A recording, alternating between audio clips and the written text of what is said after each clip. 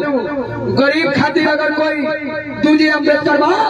तो गुजरी के लाल आदरणीय लालू प्रसाद यादव जी जे हमरा गरीब के बेटा के अपना लाश पर बोला के 12 लाख रुपया कह दिलन के चुनाव लड़बे कहने की जहाँ बैठा दे तहाँ बैठा दे जो लोकसभा के बाद में भेंट करिए गाड़ खान से तोड़ा के लड़वाए अपना मुंह से बोले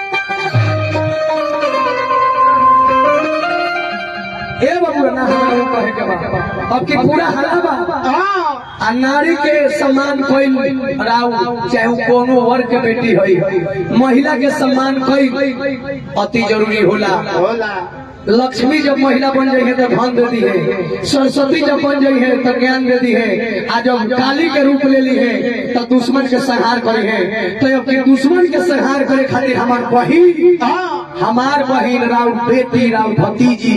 आयल बिया रोहिणी आचार्य छपरा के पावन भूमि पर। तो अब के पैसा पर मत भी कही हलो आ गरीब के चहेता गरीब के बेटी के नेता मत बनावो, एगो सांसद बना के आ लोकसभा में भेजा बेटा संविधान पर कभी आंच बचाओ कहे के भाव अरे कहुआ न करिए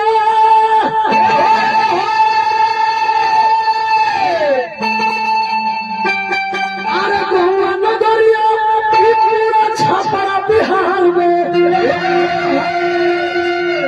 अरे हाला पूरा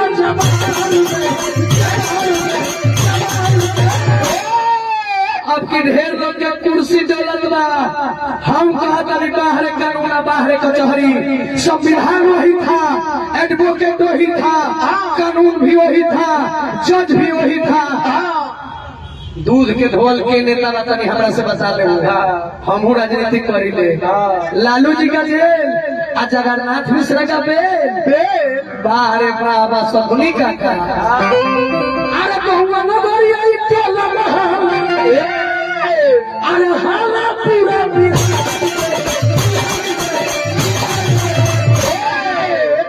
पलटू काका तो कुर्सी डोलाता तो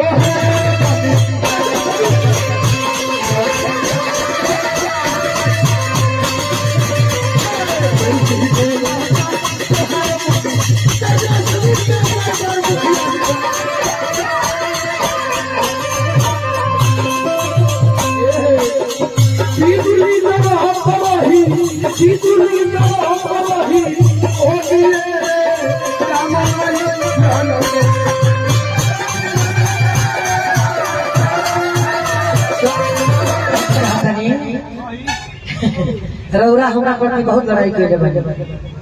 पूरा फेसबुक पर से लेके लाइव भी बोल कर हुआ, लेकिन वही से नौकरिया बता कि काहे एगो औरत तू माने आगे को के तू लड़त न अरे वहां तो हंसी मजाक के बात बा, लेकिन हमारे वो कदर कर लगे ई हमार मालिक भी सुन बने था के भी हम भाई के भी बा सबे कटक ना अरुण अलबेला बहुत अच्छा इंसान है। 500 गाड़ी देला हमरा के कहला काहे के गाड़ी ले तो तू हमरा संग बड़ा हमर खबर बबुआ तो हम और केहू नहीं करी है जैसे तेजस्वी यादव 17 साल बराबर 17 महीना में बाबू साहब पंडित जी तिवारी जी मिश्र जी पासवान जी डोम जी चमार जी तेली जी बड़ाई जी सब कोई के नियुक्ति पत्र दे के आज शान के ऊंच कैले वाले इहे लोग के बर्दाश्त नहीं के। अरविंद केजरीवाल जैसा भारत में कोई मुख्यमंत्री नहीं है। अरविंद केजरीवाल के घरे अरविंद केजरीवाल के जेल में डाल देना, हेमंत सोरेन के घरे, लालू यादव के घरे, सुनील सिंह चाचा के घरे, सुभाष एमडी साहब के जेल में डाल देना लोग आई भी मुंह पर हमारा डर बुझाता लंटेन में वोट दे आ वोट चाहिए कमल के फूल में। हाँ लेकिन उन पर ध्यान दिया लोग टिकवन है निर्मला देवी पर मारो तारा लोग तो देखिए कि निर्मला देवी के सिंबल आवत कि नहीं खाए अरे केहू नहीं कोई न सोचो अरे तो केहू